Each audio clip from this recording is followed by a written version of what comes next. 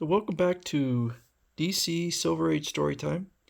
And this story is from Superman 125 from November 1958.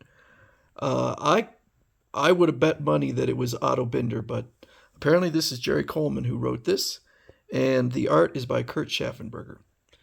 You know, you know that Clark Kent is secretly the mighty Superman, but the rest of the world looks at him as a shy weakling, and so does Lois.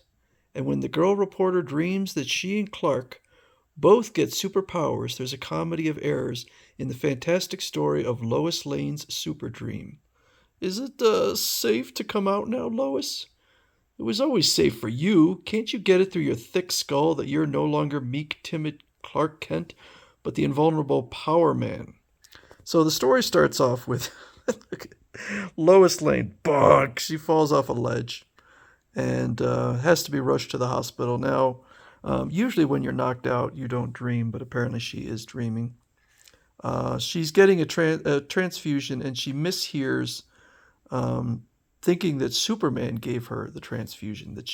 He got her the blood, which apparently she's a rare blood type, but it's not his blood.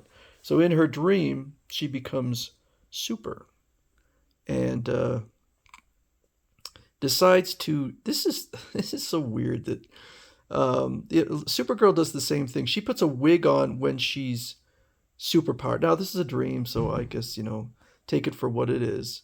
But Supergirl would do the same thing, where she would put on a wig, which you'd think would be difficult to wear a wig because it wouldn't be super, and when you're, I don't know, it wouldn't really work.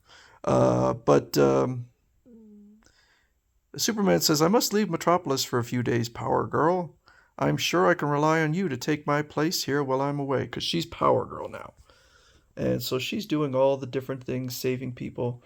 And she finds Clark. Oh, poor Clark. He was assigned to write a story about the new power plant and got hurt in an explosion. I'll fly him to the hospital. So she brings him and gives him a transfusion with her super blood. So now he's superpowered too. "Help, call the doctor. I have some terrible disease. I began to get out of bed and started floating." So she tells him, "No, you're also superpowered." And she's mumbling, and so Superman can kind of hear what she's talking about. Good heavens, now Clark Kent has superpowers in her dream. I wonder what kind of Superman he'll make. Kind of a pathetic one. So he still wears his glasses. Again, it's a dream, so anything can happen. But you'd think that he wouldn't need his glasses anymore. But she gives him a fake mustache to put on when he's Power Man. And so he's just a klutz. He's a knucklehead. He's wearing all this stuff, warning lights, because he doesn't want planes to collide with him. When a rocket flies at him, he burrows underground to avoid it. And Power Girl, aka Lois Lane, catches it. Then she goes over and smashes a boulder over his head just to show him, "Hey, you're invulnerable."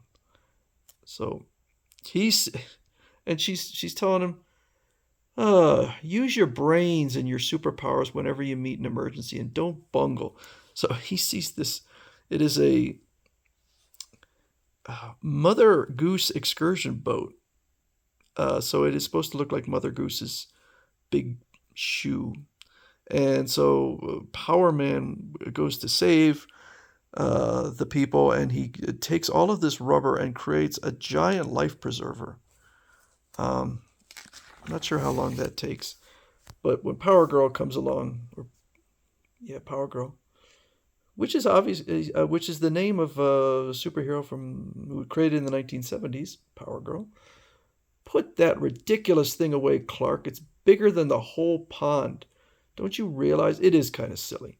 "Don't you realize that all you need to do is look at it with the full force of your X-ray vision?" So she heats up the whole pond, which, I don't know, seems like a bad idea, but maybe that is the best way to rescue them. He's trying his best not to be a klutz, but he tries to prevent an errant baseball from smashing through a window. When he catches it, he smashes it right into the ground, and the whole house collapses. And the owner says, "You super-powered oaf." To save one window, you destroyed a brand new $20,000 house. Wouldn't that be nice? You'll have to pay for the damage, every cent of it. So he's just worthless.